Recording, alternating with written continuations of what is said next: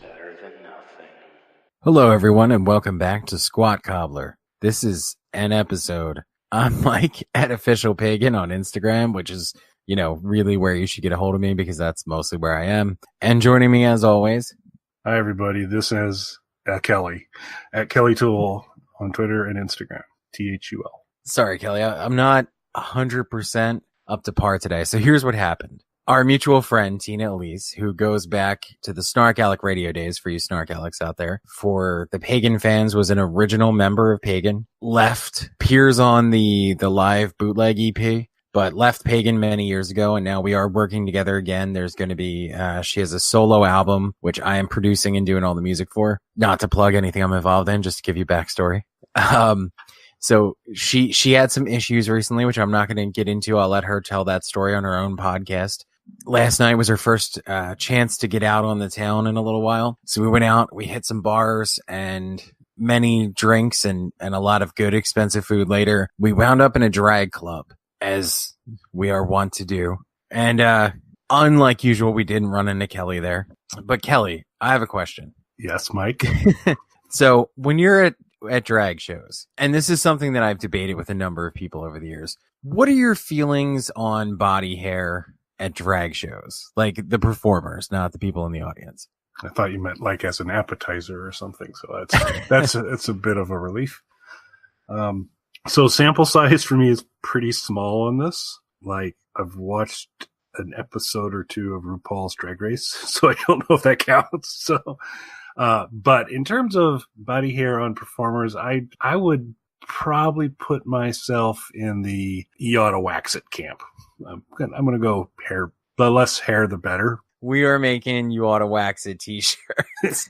As soon as we sell out of Make Bacon Great Again, Make America Bacon Again, I'm sorry, then we'll, cause bacon's always great. Right. Our store's going to be chock full of wonderful prizes.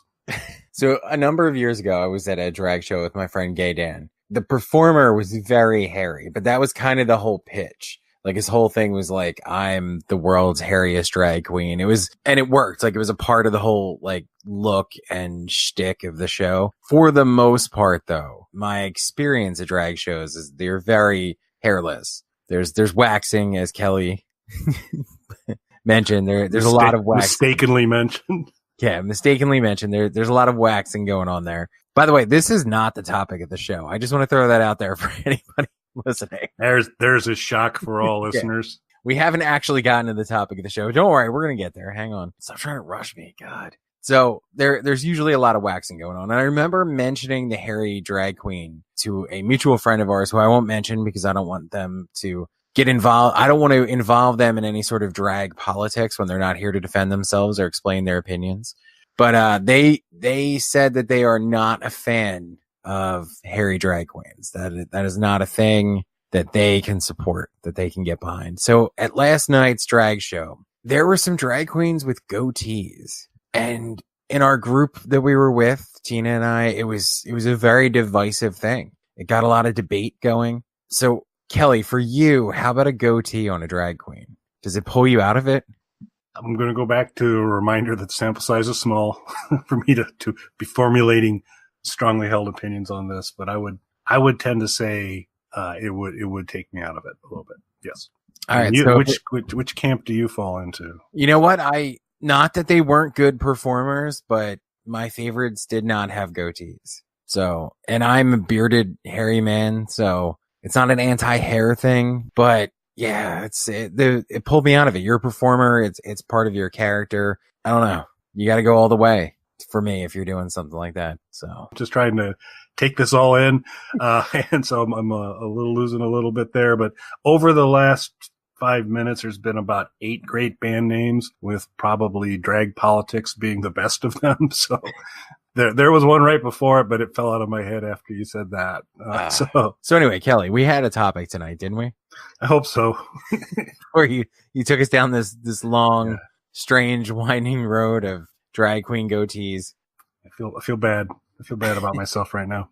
Sorry. I apologize to all the squatties out there that Kelly does this to you guys. It's not fair. So anyway, in preparation for the show, because we do a great deal of that, as you can tell. In preparation for the show, I was looking for some interesting topics and particularly interesting music that Kelly and I can discuss, because obviously we're both huge music fans. You guys like it when we talk about music. I came across a strange video. So the video is about a band called Klaatu. Now, Kelly, prior to me sending you the video, were you familiar with Klaatu? Have you ever heard of this band before? I was familiar with them.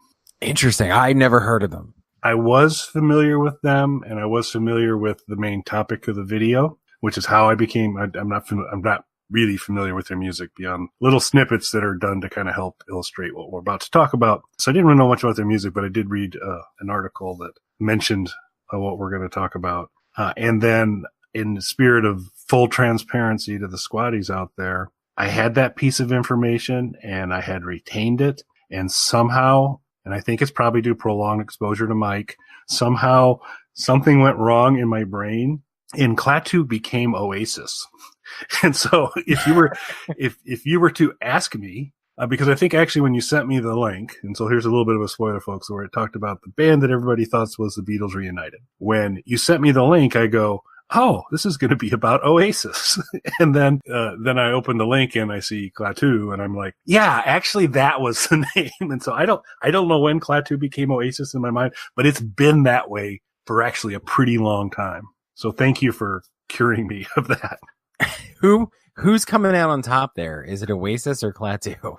I'm not sure, but Oasis got free rent as being the Beatle reunited band in my.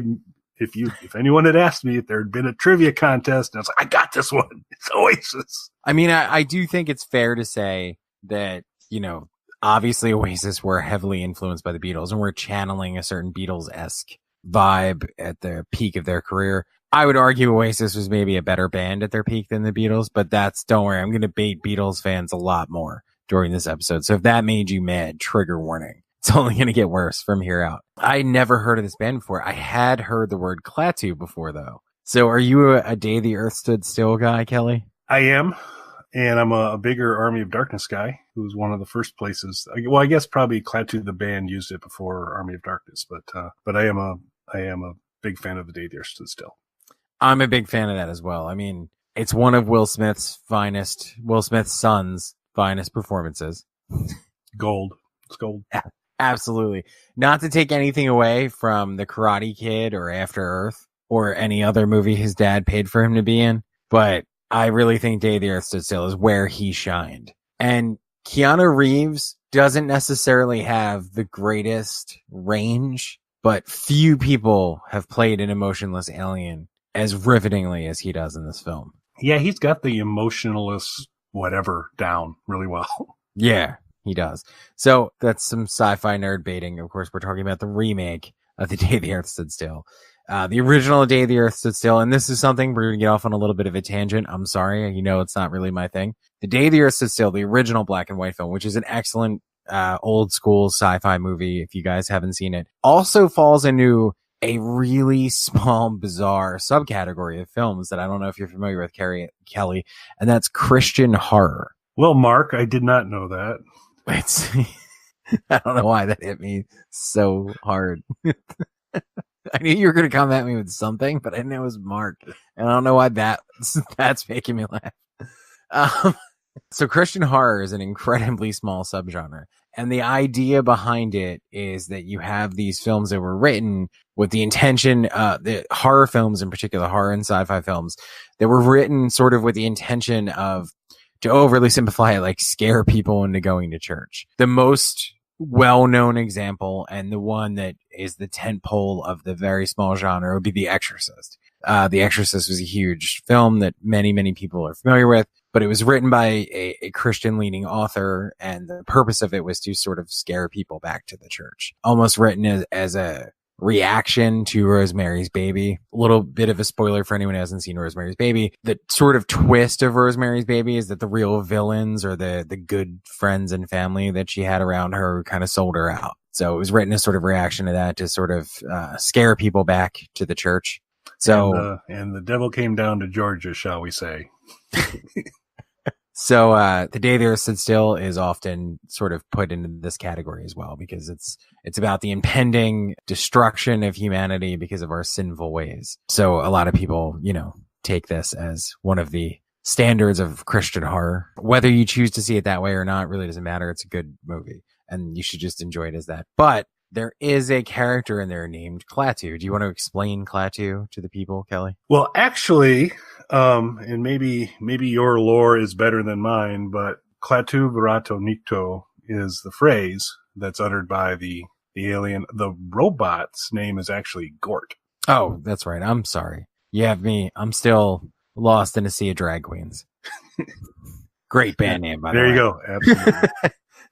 But and this goes into the Army of Darkness thing that I think there's probably some very strong, passionate fans for both Army of Darkness and Day the Earth Stood Still, so they can square me away if I'm wrong on this. But in the actual Day the Earth Stood Still, I think the phrase is Klaatu Varata Nikto. The V, it's a middle term, and in Army of Darkness, it's Klaatu Barata Nikto, which is with a B. So there's some very helpful trivia for you there, Mo. So, you guys, obviously we've given away that we are huge Army of Darkness fans. I know you're a big Army of Darkness fan, Kelly. How do you fall in the entire Evil Dead franchise? Are you more of an Army of Darkness guy? Because the thing with the Evil Dead movies is I do find there are people who are all in on it's usually Army of Darkness or Evil Dead 2, but not necessarily a fan of the entire franchise. Yeah, so I am a fan of the entire franchise, recognizing three installments, and the first installment and the third installment, beyond sharing Evil Dead and the characters from a tonality and I guess the visuals, there's some consistency there, but pretty starkly different, because the first one's kind of a true blue, low budget, high jump scare horror movie. And then you get to Evil Dead 2, and you really start to introduce all of that, but now with a Three Stooges influence to a degree. And then Army of Darkness is really almost a comedy. The shock factors, it's there some, but nowhere close to the first two films. And it's my favorite of them, because I enjoy a kind of a silly, well-crafted movie, and I like all of them. There was a shift, but I like kind of both genres or flavors, so I like it. Where do you land? Evil Dead is my favorite movie. So I'm a huge fan of the entire franchise, particularly the core three films. Did you see the remake wool that came out? The remake wool of what?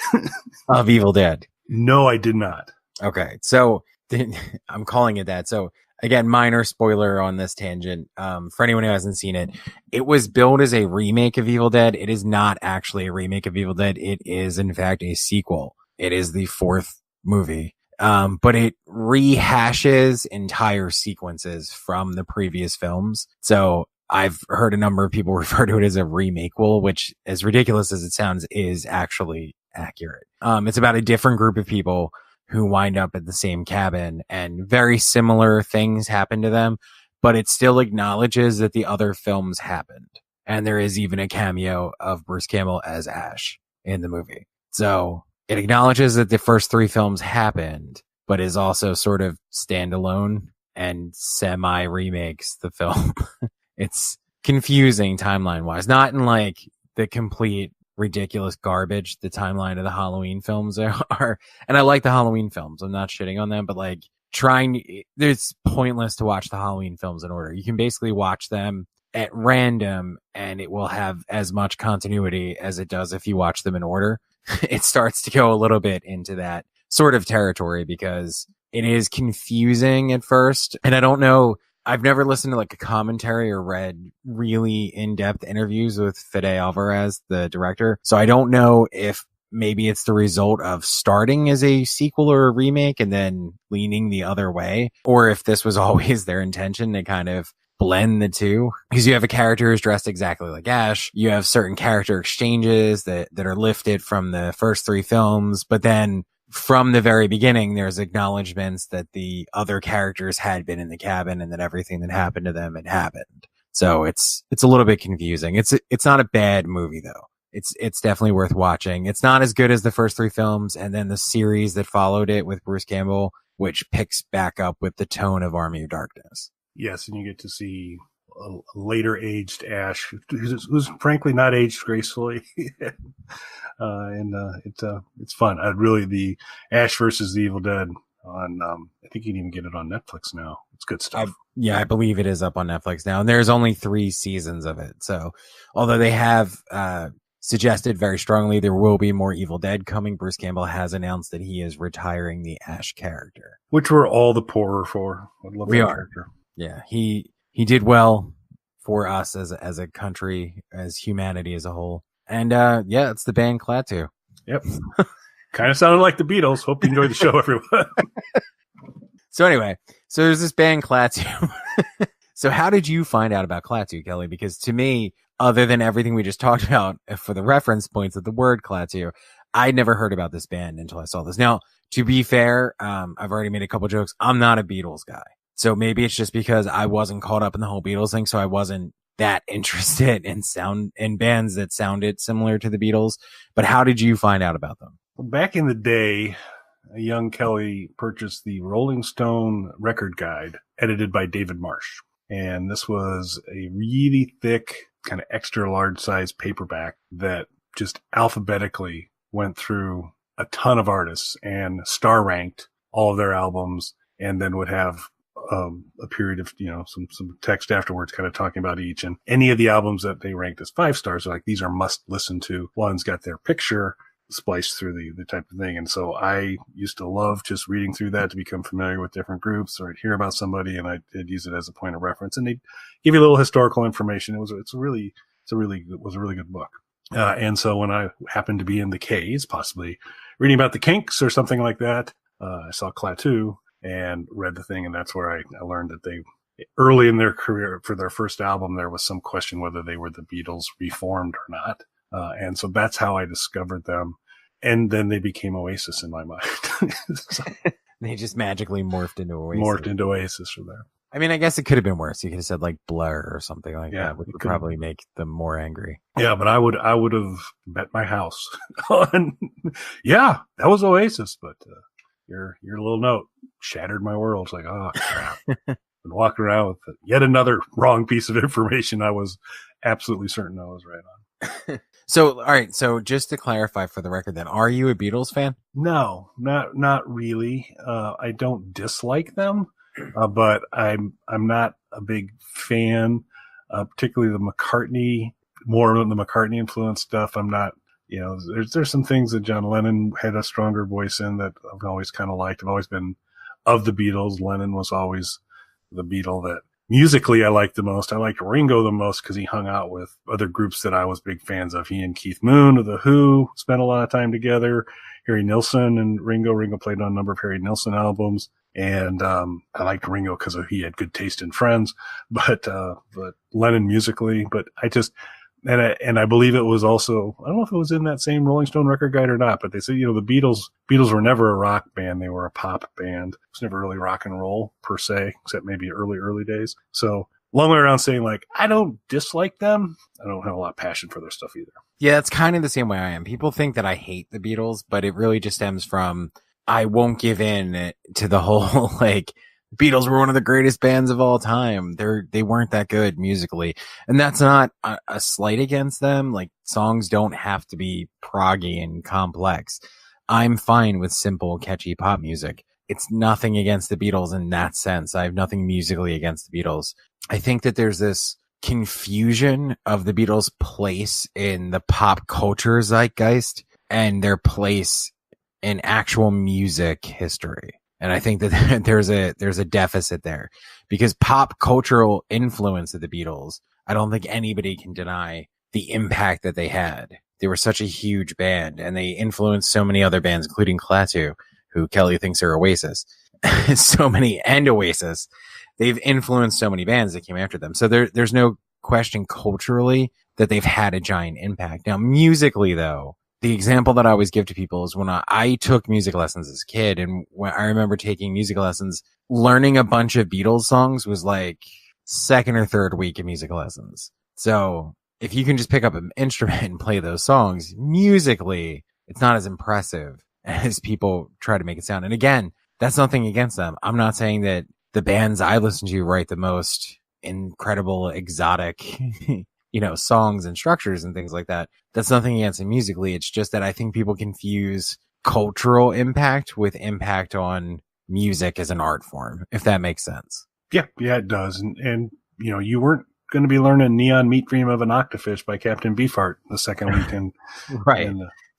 It was, but like the music lessons, and people think I'm joking or exaggerating when I say that, but it's not. Like if you go into music, when you go into music lessons in like a structured environment like that, they start with the simple Twinkle Twinkle Little Star stuff. And then it goes into like pop songs, and the Beatles are a good one to throw out at people who are just learning music because their songs are simple and they're repetitive, like pop music is. They are a pop group. And then the other thing a lot of people try to come back with is that the later Beatles records were a lot more complex musically. That's true, but they were also a lot more of a product of producers and studio musicians. So I don't think you can really, and again, I have nothing against that. They're a pop group. So I just separate what a pop group is, a huge pop group who had a giant impact on the culture at the time, versus people that I would look to and say, these are the strongest musicians in their categories. So it's not an anti-Beatles thing, but maybe because of that, I never heard of Klaatu because I wouldn't seek out things that were in that sort of Beatles vein.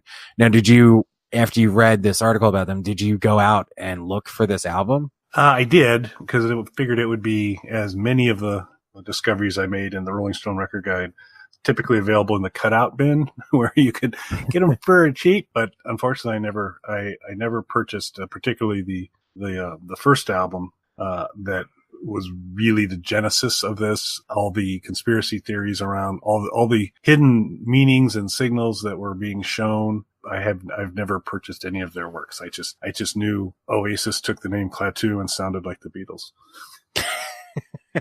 I love that. But I'm hard pressed to believe, I'm a little skeptical that you weren't familiar with this band, because within their catalog, there's a song called Heinous of Uranus, that they eventually renamed to Anus of Uranus.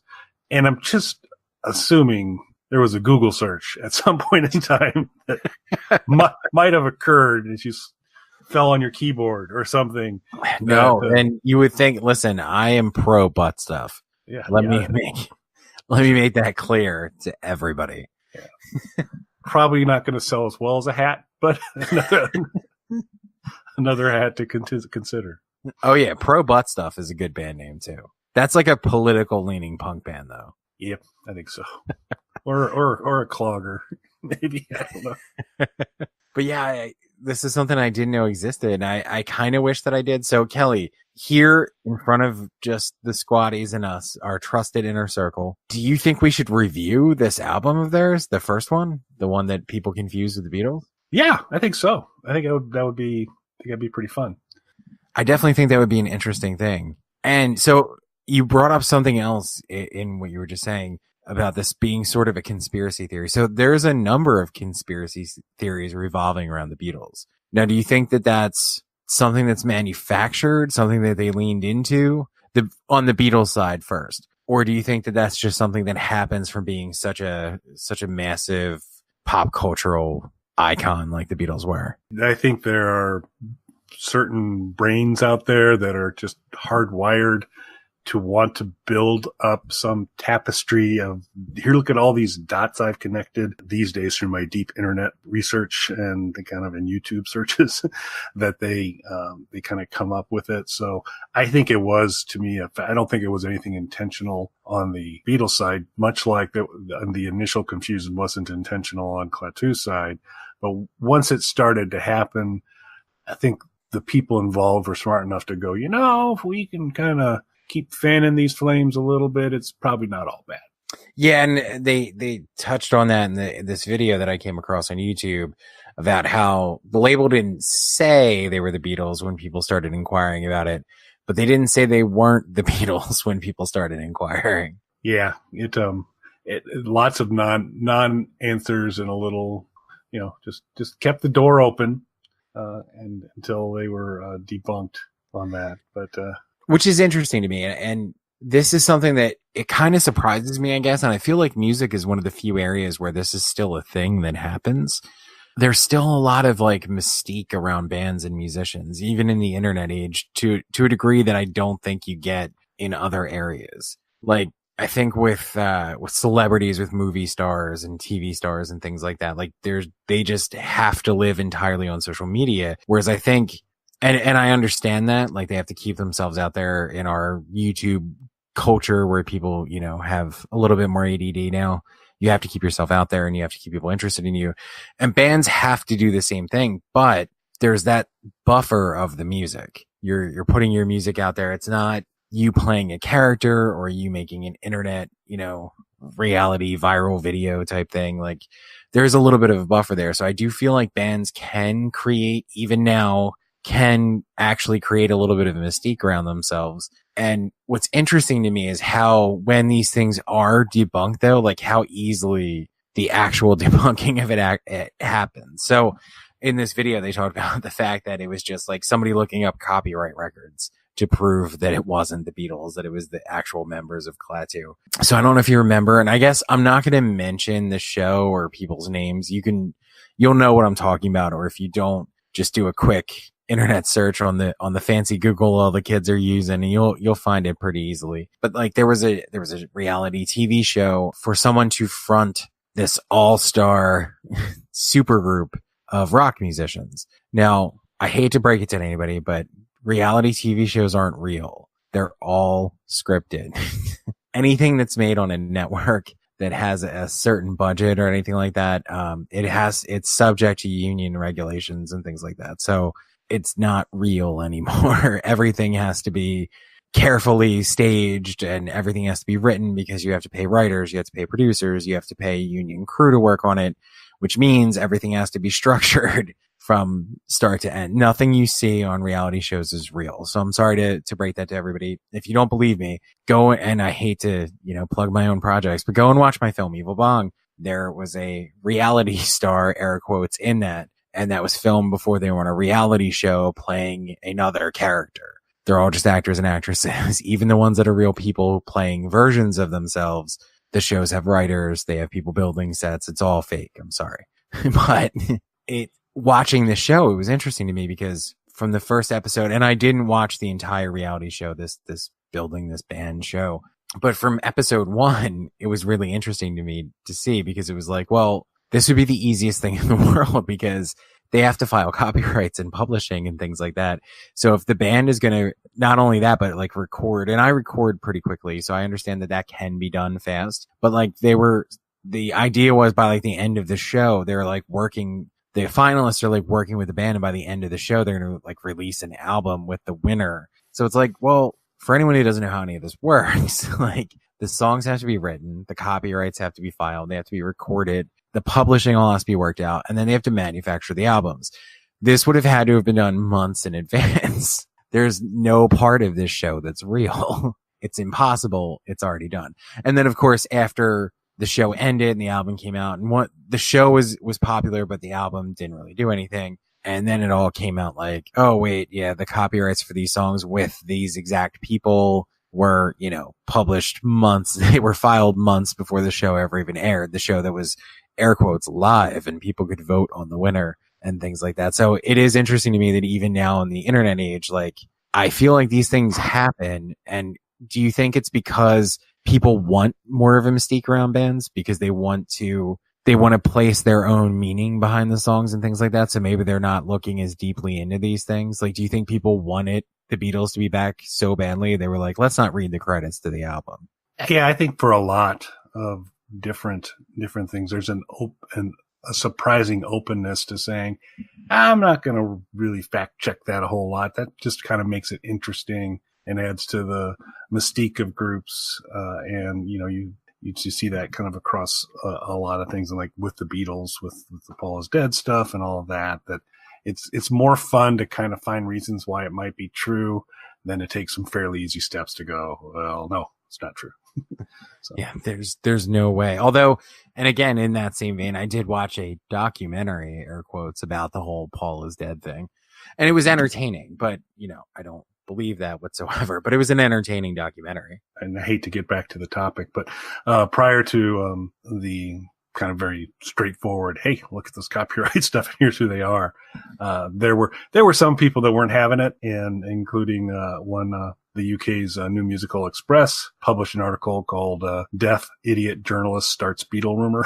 And so they kind of took issue with Steve Smith's theory that this was the Beatles reformed. So just they kind of were doing it point by point, where this copyrights were obviously the thing that sealed the deal. And I did notice that in the video, and we should obviously link to this video in the blog post when this episode comes out. But I do think it would be cool for us to review that album that caused all this controversy, because I'm sure the band had multiple albums, but I haven't listened to it. Did you go and listen to any of it? Just snippets. I haven't done it. So I think it would be, so it's, the album we're talking around. For some reason, I haven't mentioned the name yet, but it's, 347 EST, assuming Eastern Standard Time. That was their first album. That was the album that they were thinking, oh, maybe this is the Beatles. So, yeah, I think we should. I think we ought to dig that bad boy up and do it track by track. And I think it will be good to include the video we're talking about, because we haven't really talked about it a lot. So it would maybe people want, which I guess is good, because it'd spoil it if we. Yeah, I mean, it gives us a lot more to talk about when we review the actual album. So, Mike. Yes, Kelly. If you were wanting to start a rumor of a Snarkalic radio reunion, what tactics would you take to begin to get that out into the clamoring public, hoping for that to occur? So obviously Twitter would be the way to deliver whatever it was that I was going to do. So what I would do if it were me is I would want to build up the drama behind it.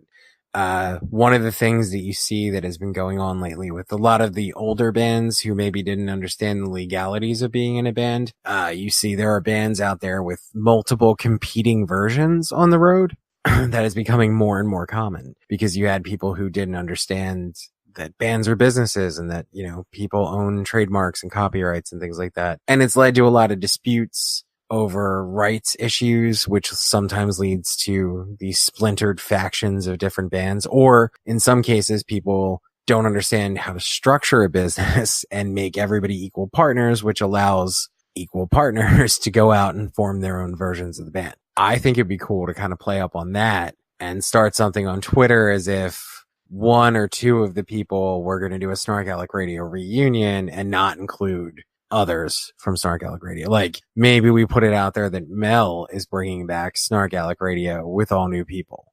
Yeah, that could work. That could be good. You might as well, go for the gold. And it's like Mel's putting together a new Snarkalic Radio, and Weird Al Yankovic and somebody else are going to be the other two hosts. This isn't even close to the original one. I like that angle quite a bit. I think the cryptic tweet approach is good too, I find it highly unlikely that there's a lot of listeners that are particularly familiar with the Snarkalic Radio canon. But one of the things that was a regular feature in that is, I don't know if I've ever mentioned this before, but I have the actual prop egg from the movie Piranhaconda. What? I know. I just keep that to myself usually. And how long have you had this? Oh, since Snarkalic Radio started. It's a long time ago. You with the humble brags. I know. It's just, you drug it out of me. Oh, by the way, there's a video on my YouTube channel if you want to see more of it. And in fact, if you did that, you would see that I used to decorate it, dress it up, do different things for each Snarkalic Radio show when we had guests, try and tie to the guest and do all these different types of things.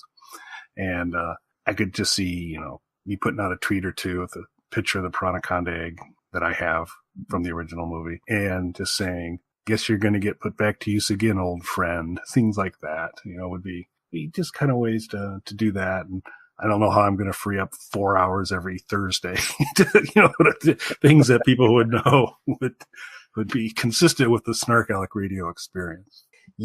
All right. So let's do this. We're hatching this plot on the show, because while there is definitely some crossover, I think that these are really different things. Snarkalic Radio versus Squat Cobbler. Let's do this. Yep, I think that's a good idea. I think we'll spare the listeners us working through the logistics of it. Yeah, I think that would be kind of fun. All right. So for anybody listening to this who is interested in it, go to Kelly's Twitter, see his post, and then I think I'm going to share it, and we should make a hashtag to start using on these posts. When's Arbor Day? Because I think it's like that kind of, because I think if we did hashtag Arbor Day, because I'd be like, we'll basically be doing is kind of leading people to believe that that's going to be the day that this reoccurs again, something like that. All right, so let's do it like hashtag. I'm trying to think how to spell Snark Alec Radio. That's terrible. Like hashtag SAR and then the date. That sounds good. We'll just pick something a little deeper in the year. Arbor Day, I liked it, but I think a date will be good, and then we'll need your help. For you out there, any of you that find us on Twitter and kind of do, what's up with this? Yeah. I like it. I think we need to do this. And I think most importantly, people have really learned a lot about Klaatu. Yeah. Which was the purpose of this show. So you're welcome. So I really know what I can't imagine it would possess anybody at this point to say, you know what? This is the kind of stuff I want to get more of. So let me subscribe to this YouTube channel to get more of this fascinating content. But I will mention that if you go to Google and search on Kelly Tool, KELLYTHUL, or Squat Cobbler, although there's probably some competing content there, but do a search on Kelly Tool, you'll find my channel. Subscribe to that channel and you will get all the Nurture and Support podcasts, all the Squat Cobbler podcasts, links back to the blogs where you'll get the full unedited, uncensored versions of any of these podcasts. I'd love to have you guys join us, but we do recognize we may not have made the impression that it's going to sway you this week, but check some of the other stuff out. It's not all like this. Well, I hope everybody enjoyed this fascinating look into the history of the band Klaatu. All the deep insights we've provided. You all know now that they're not Oasis, totally different band. Not Oasis or the Beatles. Neither one. Kelly tried starting a new rumor about Klaatu tonight that they're Oasis. So that's probably going nowhere. So I kind of feel like apologizing for this episode, but do want to thank everybody for listening. So thanks for listening, everyone. Thanks, everybody. Ew.